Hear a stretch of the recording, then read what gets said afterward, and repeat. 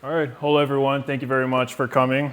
Apologize for the delayed start, but I have an interesting fact to share about this talk before we get into it. Apparently, my grandmother from my mother's side, who lives in Romania, she told me that this talk was being advertised in Romania on some Catholic websites. I have no idea how, but if you're from Romania, dacă urmăriți din Romania, atunci vă spun salut și mulțumesc.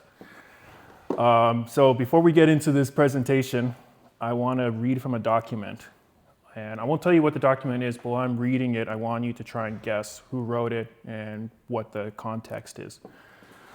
So, as I quote, "Religious persecution is a phenomenon alien to the otherwise troubled history of Romania. The people of Romania, while deeply religious, have always displayed a large degree of tolerance in matters of religion. It is all the more deplorable, therefore, to find in Romania of today, in the middle of the 20th century and in a time of formal, if not real peace, that relic of barbarity, persecution of religion. The Romanian government, in its desire to eliminate all possibilities of organized resistance against this policy, to communize the country, decided to begin a relentless faith against the Catholic Church. And faced with the stubborn resistance of the Romanian Greek Catholic clergy, the authorities resorted to mass arrests. And this document goes on to list each of the bishops one by one. Bishops names such as Bishop Suciu, Bishop Frentiu, Bishop Balan, Bishop Hossu, and Bishop Rusu. All of them were taken in the span of a few nights on November 1948. And the report also details how 600 Romanian Greek Catholic churchmen were under arrest. Pretty powerful, right? So this was not from a normal book or a sermon or memoir. This is actually from a declassified CIA intelligence report that was declassified in 2005 and was written in the 1940s. And its title was The Persecution of Religion in Romania. So it was such a big deal that even the American government was aware of this and deeply concerned of what was happening in Romania during this time. So tonight, I'm going to talk about the 7 Romanian Greek Catholic bishop martyrs, and they were martyred for the Catholic Church by the Romanian communist government. My name is Ioan Suciu, and I am a Romanian Greek Catholic, and I'm related to 2 of these bishops, one of them being Blessed Ioan Suciu, who is my direct great-great-uncle and shares my last name. And these 7 bishops were beatified by Pope Francis in 2019 in Romania, and this is their story.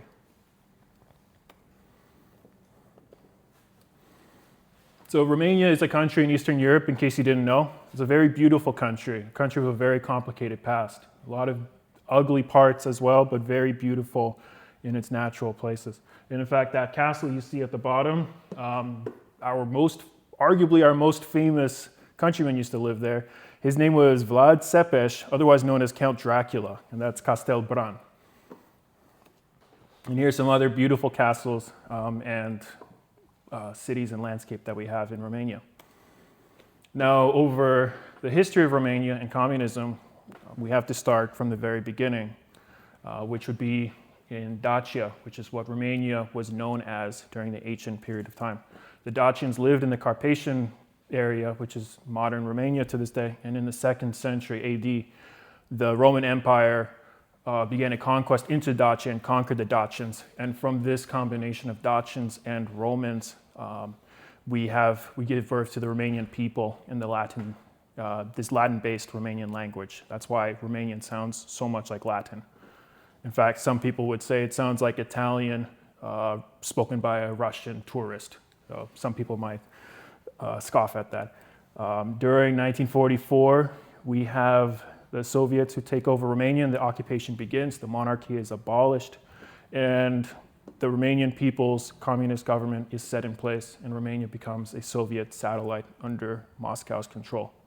And during this time, the secret police, otherwise known as the Securitate, which can be compared to Russia's KGB, they were the arm that suppressed the people, and they especially suppressed the Romanian Greek Catholic Church. And the reason for this is because of their loyalty to Rome. Any ties with outside governments or even outside powers was seen as treason, and that is a big reason why the Romanian Greek Catholic Church was persecuted. And here's some pictures of what the capital city Bucharest used to look like. It used to be very beautiful. In fact, its nickname was Little Paris. And this is what it looked like after the communists took it over. And they destroyed a lot of the beautiful architecture to build these concrete blocks. In fact, that palace you see up at the top, that was built by Nicolae and Elena Ceausescu. They were a dictator couple in the 80s in Romania. They ruled Romania. And they destroyed one of these beautiful neighborhoods just to build this. And a lot of people died, and it greatly impoverished a lot of people just to build it. And here, these are some real Securitate files that I found on an archive. And this detailed report is talking about an investigation into a Romanian Greek Catholic priest who was being investigated for illegal and secret divine liturgies or masses that he was holding in secret. And those pictures of those women are some of his parishioners. And if you were to read this letter, it would detail how they were talking about how they want to get an informant to infiltrate and build up a criminal case against this priest and his parishioners.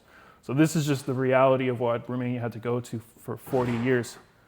And finally, in the year 1989, the communist government was, the people rebelled against it. Initially, the military and security forces fought against the protesters, but the protesters overwhelmed, and the military joined with the people, and they took over Romania, overthrew the government, and shot Nicolae and Elena Ceausescu on live television on Christmas Day, 1989. And before we get into the rest of the talk, this could be its own Lumen talk, I want to give a very brief overview of the Eastern Rite and the Romanian Greek Catholic Church. And a little bit of early history is that in the early days of Christianity, all the way back to the apostles, they carried the faith from both East and West. From places like Antioch, Asia Minor, and Greece, and all the way to Rome. But over time, Christianity took root in these cultures, and two great traditions came about. We have the Western Church and the Eastern Church. And in the year 1054, we see the Great Schism, which is when the Eastern Church and the Western Church split apart. And this is mainly due to growing tensions and disputes over papal authority, language, and theology. However, so that's how we have the Catholic Church and the Orthodox Church. However, not all of the Eastern Christians wanted to be part of the Orthodox Church. We have some Christians who wanted to stay with Catholicism, and those we call the Eastern Catholics, of which there are 23 Eastern Catholic churches. One of them is the Romanian Greek Catholic Church, which was founded in 1698 when some Romanian Orthodox bishops communed together and they wanted to officially be part in union with Rome. So that is how we got the Romanian Greek Catholic Church. And they are loyal to the Pope, and they are a 100% legitimate Catholic Church.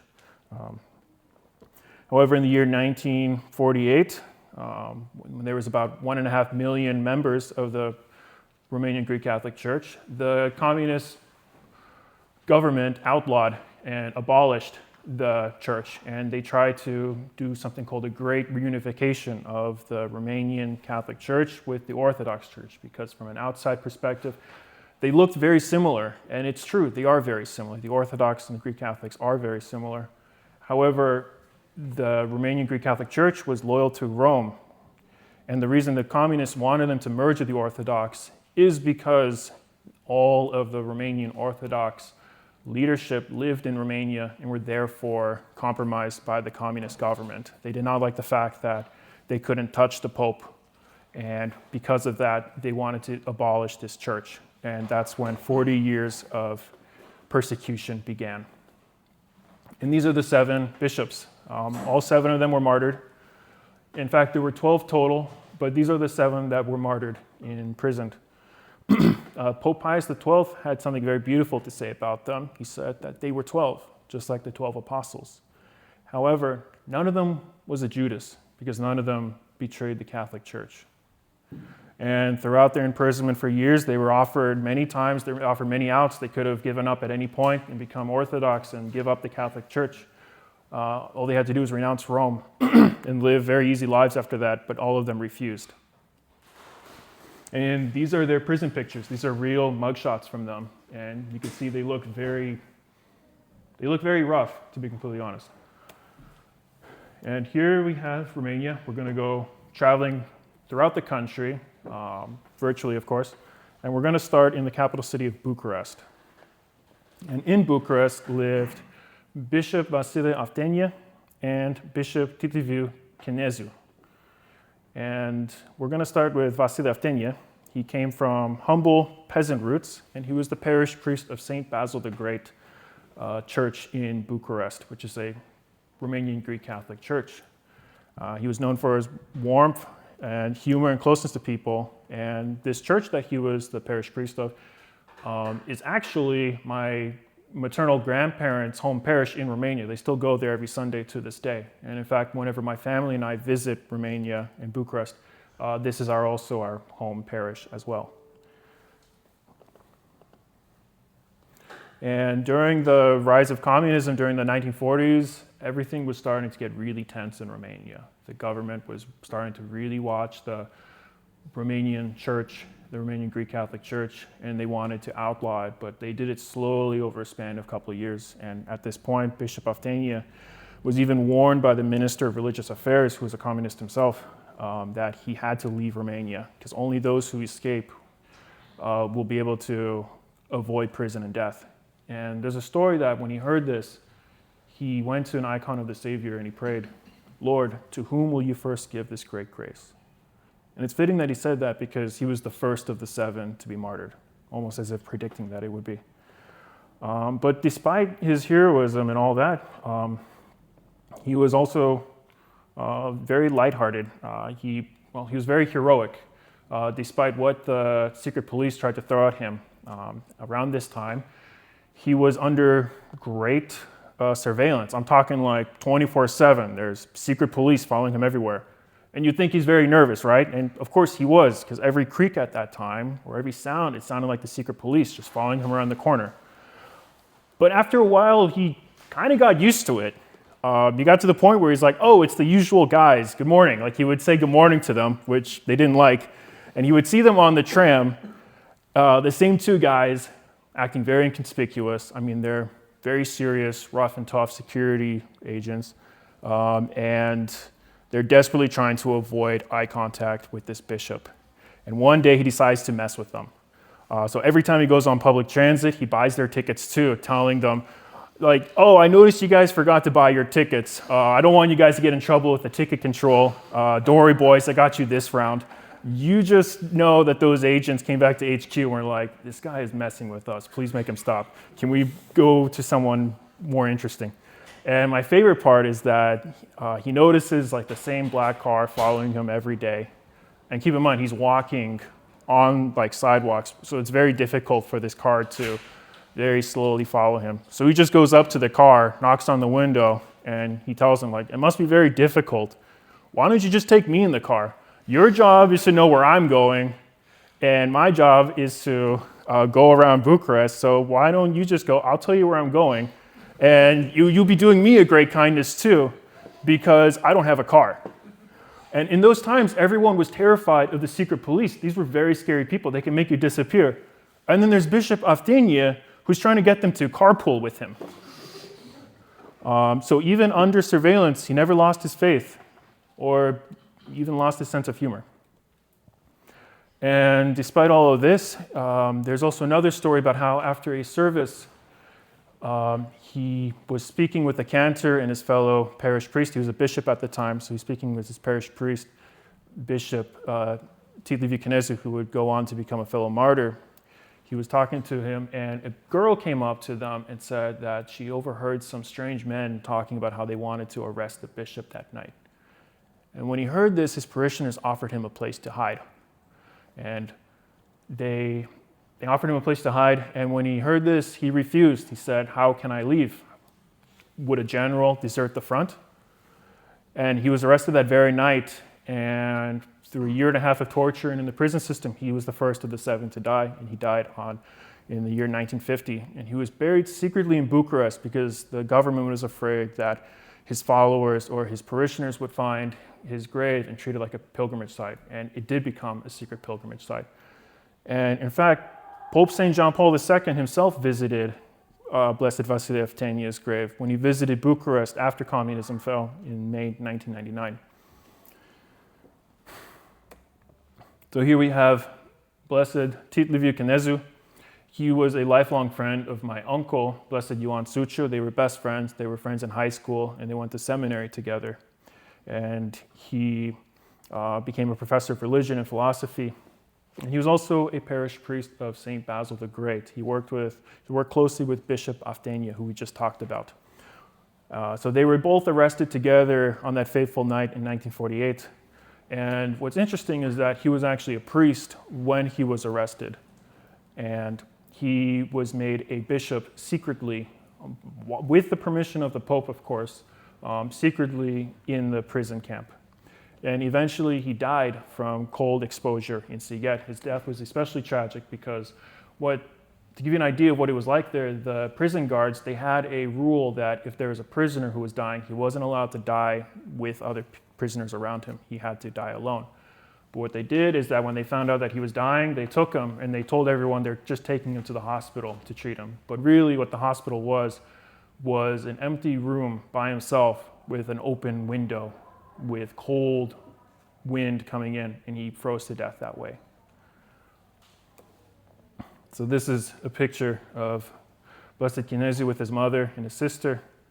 And this is what St. Basil the Great Cathedral looks like in Bucharest to this day. It is actually one of the smallest cathedrals in the world. Some say it's the smallest, but it's definitely up there. And on the inside of this cathedral, we have a lot of paintings on the wall of some of these martyrs. So we are back to the overview of Romania. We're going to go up to Oradea, and we're going to talk about Blessed Valeriu Traian Frentiu. He was one of the older priests, and he was actually an orphan at the age of 5, despite his father being a priest. And he became a priest at the age of 23, and he was also a bishop in his mid-30s. So he was a very young bishop when he became bishop. And he's known for founding the first Catholic school for girls in Romania. And in 1948, in that fateful year, which is when the Romanian Greek Catholic Church was abolished, he actually celebrated 50 years of the priesthood. And he actually received a letter of commendation from Pope Pius XII. But that same year is when he was arrested, and after years in captivity, he died in the year 1952. Here we will go up to the Diocese of Martyred, which is where Bishop Alexandru Rusu lived and was appointed bishop.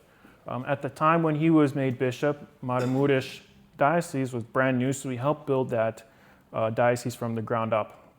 And he was actually elected the metropolitan, so he was the head of the Romanian Greek Catholic Church at the time. In fact, there was an interesting story about him when he was bishop. He liked to he liked to pay surprise visits on his priests just to make sure that they were behaving themselves. So at one point, he showed up to a church and noticed that the priest that was supposed to say Divine Liturgy didn't show up on time. So he just ended up celebrating Divine Liturgy for him and left a very polite but very stern note scolding him to be on time next time. And I like to imagine that priest was never late ever again. And here we're going to go to Cluj-Napoca, which is up in northern Transylvania. And this is Blessed Iuliu Hossu. And he's actually the most famous out of all of the bishops. In fact, he was actually made a cardinal later. So he is also related to me on my mother's side. He is the nephew of my mom's great-great-great-grandfather. So he's a distant relative, but he's still related to me. And in the year 1910, he was in Lourdes for a Eucharistic conference. And while he was there, World War I broke out, and he had to go back to Romania and join the armed forces, where he served as a military chaplain. And he was actually decorated for his service due to his service during the war. Later on, he became bishop at the age of 32. He was a very young bishop. And this is the reason why most people know him in Romania. He's very famous as a historical figure in Romania, not only just in the church. And that's because on Great Union Day in 1918, after World War I, the Austro-Hungarian Empire collapsed. and Transylvania, here on this map, wanted to unite with the rest of Romania, Moldavia and Wallachia. And they had this official ceremony on December 1st, 1918, where Iuliu Hossu read the resolution of union aloud, and therefore he became a symbol of national unity. And in fact, this day, December 1st, is a national holiday in Romania, and it's equivalent to July 4th, Independence Day in America. Later on, he became the Bishop of Cluj, and he made over 1,000 parish visits. He was known for his closeness with the people within his diocese, and also was very humble. In the year 1940, during the Vienna Dictate, we see Hungary take over a large part of Transylvania, and despite this, Iuliu Hossu stayed in Transylvania with his flock and helped them whatever way he can. He's also very well known for helping thousands of Jews escape the Holocaust. He helped a lot of them cross into Romania away from Axis-aligned countries, where otherwise they would have been sent to the Holocaust. So this is also another picture of Blessed Iuliu Hossu, and that's actually my great-great-grandfather, Eugen Dunca, who was the prefect of Cluj, the city at the time. And out of all of the 7 bishop martyrs, he was the one who was imprisoned the most. He was imprisoned from 1948 to 1970. During the first few years, he was sent to prison camps, and eventually he was sent under house arrest during the last years of his life. And he refused exile. He chose to stay and suffer. And in fact, he was named a cardinal in pectore 1 year before he died by the Pope. And what that means is that they made him a cardinal in secret. And that's actually a practice that the Catholic Church does. In cases where if there's a country that's being persecuted, they will have a secret cardinal there to hide their identity for safety reasons. However, he agreed to be cardinal, but he still, despite being in prison for decades, he refused to leave Romania, despite meaning that he would stay in prison. And he died in 1970. And he was so famous that they actually made a movie about him in Romania called Cardinalul. It came out in 2019, and it's not just about him, it's also about a lot of the other bishop martyrs, and it actually shows from, I guess, a Romanian Hollywood perspective of what life was like in Sighet prison, where a lot of these Romanian bishop martyrs were. And 2025 was declared Year of Cardinal Iuliu Hossu by Romanian Parliament. This is not even a Catholic thing. This is just a secular Romanian historical honor as well. And in fact, this year also in June, Pope Leo XIV in the Sistine Chapel gave a speech about him and named him the Apostle of Hope, or he called him that title. And here he's being presented in an image of Blessed Iuliu Hossu. Here we're back to Romania, and we're going to go to the Diocese of Lugoj, and we're going to meet Blessed Bishop Ioan Balan. He was born in 1880. He was an expert in a lot of ancient languages, and he was the Bishop of Lugoj. He organized a lot of spiritual events. He was known for organizing holy hours and pilgrimages, which was very scary for the communist government. They treated that like as a rally or a protest, but it was just a religious event. And they tried to intimidate him. They would call him over and tell him to stop, but he just kept doing it, and more people showed up. And the only way they stopped him was when they arrested him and forced him in prison. And eventually in 1959, he died after years in prison. And now we will go to Blaj, which is where my great uncle, Blessed Ioan Suciu, is. Not only do I share his last name, but as I mentioned, he is my direct uncle. And in the audience sitting with us today is my paternal grandfather, who actually knew him in real life. So he has memories of talking to him. As I mentioned, he was very good friends with Bishop Liviu Chinezu. They went to high school together in Blaj, which was his hometown, and they went to Rome together. And Blaj, Bishop Ioan Suciu ended up becoming Bishop of Blaj, his own hometown. He served as the rector as St. Basil the Great, which was his high school, after becoming a priest. And he also oversaw a magazine called New Youth, which is a Catholic magazine written by students.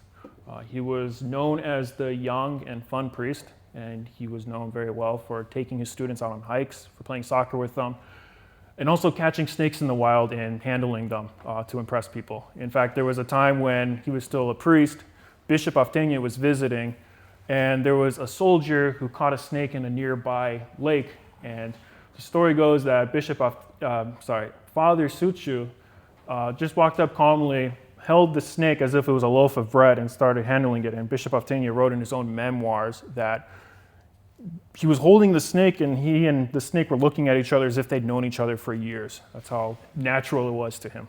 And in fact, that's a picture of him playing with a snake, but I think he was a seminarian at that time. He looks kind of young. Non-venomous snake. Non-venomous snake, yes. And in 1940, he became the Bishop of Blaj. And he was appointed by Pope Pius XII at the age of 32. And this was a very bittersweet moment for him because he is quoted as saying, and I say his words here, "Consecration as a bishop feels like being enthroned on the cross, not ascending a church throne." And this is probably a great part to do with the political crisis that was going on. You have the crisis with the Hungarians who were annexing Transylvania and then the communists coming over. This is a very, very difficult time to be a bishop, and he knew that, but he still accepted it. And in fact, things got very serious when Hungary annexed Transylvania, because towards the end of that occupation, Hungarian officials actually accused him of being a spy. Like they accused him of giving away military secrets to the Romanian military. And for that, the Hungarian soldiers actually took him, arrested him, and placed him against a wall and had him fire a firing squad, right in front of a firing squad. And right when they were about to all shoot him, there was a mortar shell that blew up nearby, and that distracted the Hungarian officers enough that it gave them enough time. And just by coincidence, a high-ranking Hungarian officer came in and stopped the execution due to lack of evidence. And later on, he was also known for authoring many spiritual books. He wrote a book called Heroism. He wrote Mother. He also wrote a book called Spirit of Youth, which I have right here. I have 3 copies, so I'll probably give them out to whoever wants them. And he also wrote a book about a saint that I think some of you may know about, Pier Giorgio Frassati. He was actually a big fan of Frassati. I don't know if you guys have heard of him, but he's a big deal in a lot of places. But he wrote this book in the 30s, like less than 10 years after he died. And actually, the year that Frassati died was the same year that Bishop Ioan Suciu was also in Italy when he was studying in Rome. So he looked up to him as a great role model. And to be honest, I see a lot of similarities between the two of them. So after Transylvania was returned to Romania, this is when the communist government came in and took over, but Romania was returned to Transylvania, so he was able to go around his diocese and preach again. However, the communist government did not like the fact that he was attracting thousands of people. In fact, those were one of the crowds that came to see him speak. And they started placing police checkpoints outside of wherever he was speaking, especially outside of Blaj. But what happened was the people wanted to listen to him. They just went down side roads or even crossed a river in order to listen to him. And it wasn't just Catholics that listened to him, it was also people of different religions or even non-religious people came to listen to him. And one of his quotes during this, in the midst of the oppression, while he's being pressured not to speak anymore, I quote, he says, "The Romanian Greek Catholic Church is lacking the beauty of martyrdom and persecution. It is lacking the wounds of its Savior. Without them, the light of the Romanian Greek Catholic Church will remain hidden. Only persecution will be able to sanctify us and show the world that we are sons and apostles of the true faith." And keep in mind, he said this in the midst of being followed and the secret police listening to him and trying to find ways to arrest him. They're just trying to find the right time. And people have been in prison for much less for just saying something like that. And another quote where he says that when he's trying to help his flock who were being afraid, he says, he spoke on Christian heroism, and he said that it is the hour of Christian heroism on the land of Romania. The fortress of the church in the Romanian nation is struck by the sun of darkness. Do not be sad, do not hesitate, and do not be afraid. What is happening is not a new fight, but what you hold dear on the earth, fighting for the patrimony of eternal truth, of light. And throughout this time, they would arrest him multiple times to try and intimidate him, but he still kept preaching. And in 1948 was a significant event that happened just outside of Blaj, which is where the city he was the bishop at. There was a big communist rally where the main communist leaders at the time, Georgiu Dej and Petru Groza, they were present. And at this rally, they had the Metropolitan of the Orthodox Romanian Church, Nicolae Balan, proclaimed that the Romanian Greek Catholic Church was abolished and all of its followers were now Orthodox. They were trying to phrase it in a way as if like two estranged brothers were finally reunited. And they were trying to make this seem like a good thing. However, when Bishop Suciu heard this, he tried to get on stage and stop this, but he wasn't even allowed to speak at this event. And shortly after this, the communist government, or some communist officials, they told him that he was no longer a bishop.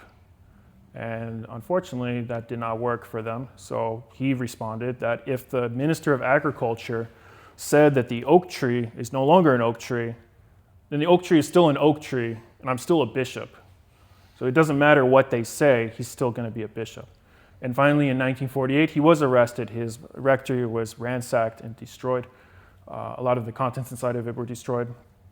And he was transferred through different prisons and eventually ended up in Sighet prison, which is where a lot of the martyrs ended up. And he was in the same cell as multiple martyrs. Specifically, he was in the same cell as Bishop Liviu Chinezu, who was his best friend from childhood, and also Bishop Hossu. And at the time, Chinezu was just a priest, but Father Chinezu at the time, he was well known for taking excellent care of Bishop Suciu because he was very sick. He suffered from colitis, which was a very painful condition, which was especially painful due to the conditions that he was subjected to in the prison. And during his last few months, Bishop Hossu himself writes in his memoirs about what he experienced between Chinezu and Suciu. And Bishop Hossu recounts, Father Chinezu cared for him closely and lovingly, like a guardian angel. Ioan would call for him gently when he needed him. Tito, that's what they called him, Tito. Tito, please. At night, he often sat by his bedside in the dark. When he couldn't see him, he would call out, and Tito would reply, I'm right here beside you. At one point, he asked that prayers be recited quietly at his bedside, during which he endured for 5 long months with admirable serenity and peace. The power of the Lord's grace strengthened him, and the Blessed Virgin, whom he fervently praised in life, comforted him on the hard road of the cross until he died. And on June 27th, 1953, Bishop Ioan Suciu died at the age of 45 due to starvation and neglect from the prison officials. And it was said in some of the memoirs of the prisoners there that one of his last concerns was that he was afraid of dying, not necessarily for fear, but he was afraid that if he were to die, then he wouldn't be able to give away his food rations to his fellow inmates. He was worried that they were going to go hungry without him. But coincidentally, 3 days after his death, the prison rations were doubled, and people thought of him when that happened. He was buried in a mass grave. To this day, we don't know exactly where his body is, but we know the general area. A lot of the prisoners in that prison, Sighet, they were disappeared, meaning that they would go there, and it was a top secret that they went there, and they were buried in an unmarked mass grave. So that was where his remains are to this day. And I want to read a quote from him where he talks about heroism once again. And I think it's pretty fitting for modern times as well, for anyone. And he says, heroism is possible in every circumstance of human life. For human life itself is a struggle, a drama, and an extraordinary odyssey. Wherever you may be, whatever profession you may belong to, and whatever age you may have reached, you can still live heroically. Align your life with the life of Jesus, and you will hear within yourself the orchestra. Then you will live heroically. So here, this picture is the cover of a book, and the priest in the very center here, he is not one of the bishop martyrs, but I still wanted to talk about him. His name is Father Octavian Moisin, and he's my great-grandfather on my mother's side. And he was a Greek Catholic priest throughout the entire time of communism. And those two men you see on his left and on his right are two of his sons. So within his family, there were three priests. So the story goes is that during World War II, Octavian Moisin, my great-grandfather, he was a soldier, and he was with a priest at the time, and they had just survived a massacre at the Don River in 1942. And they were being chased by the enemy forces who were trying to kill them. There was a tank that was about to attack them. He even told me, because I met him in real life as a child, he told me with his own words that he was being chased by a tank. And in desperation, he vowed and prayed, "Blessed Mother, I promise to become a priest if you save me." And suddenly a fog appeared, and he was able to hide, and he escaped. Both him and that priest were able to escape. And afterwards, he went on to get married. And as you may know, for Romanian, or actually Eastern Catholic priests, you're allowed to be married you're allowed to be a priest and married as long as you got married beforehand, but later on you're not allowed to become bishop. So they continued the old tradition of married priesthood there. So he got married, and then later on in 1948, he became a priest. However, he was ordained to the priesthood 1 week after the official abolishment of the Romanian Greek Catholic Church. So he was the first priest under the communist government when they banned the Romanian Greek Catholic Church.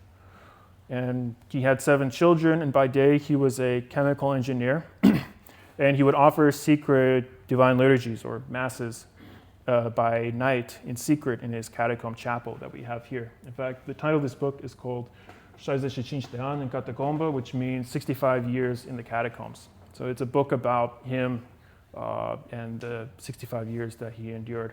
It wasn't just the 40 years that he endured under communism, because after communism, the Romanian Greek Catholic Church still suffered a lot of persecution, but in an indirect way, which I'll touch on later. So as I mentioned, he was working as a chemical engineer by day, and he lived in a town called Victoria. And what's significant about this town is that it was named by the communists. And the reason it was called Victoria is because they wanted it to signify victory over Christianity, because there was not a church in that entire city, which is ironic because he was the one with the secret church this whole time. So the Securitate, Romanian secret police, would harass him and his family. And I grew up listening to a lot of stories of that. They actually broke into his house, ransacked, and they were looking for this chapel. They were trying to find proof about his illegal activities as a priest. And somehow they missed the chapel, which is strange because I've been there many times, and it's behind a very large door, and it's very hard to hide. Like, I honestly do not know how they could have missed that.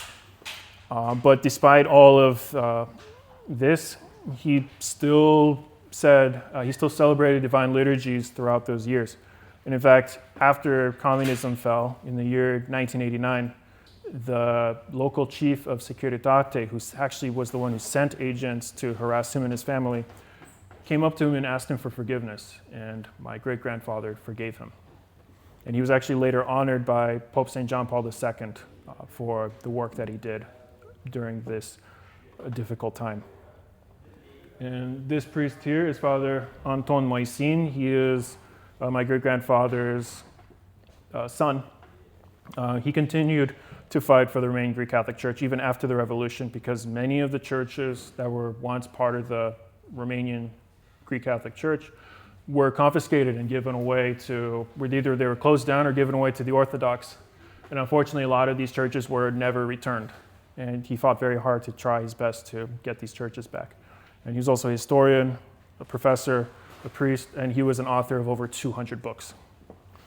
And all the way on the far right is Father Mihai Moisin, who was also my great-grandfather's son. He is a Romanian Greek Catholic priest, and out of these 3, he's the only one who's still alive. And he's currently serving at St. Joseph's Mission in Boston under the Eparchy of Canton, Ohio, as a priest. And he's originally from Victoria, Romania, and every time he comes back home, he still celebrates Divine Liturgy in that chapel. In fact, that picture is of him, and I took that picture about 3 years ago. And in his free time, he is one of the main leaders of the local search and rescue. So as a hobby, he likes to visit.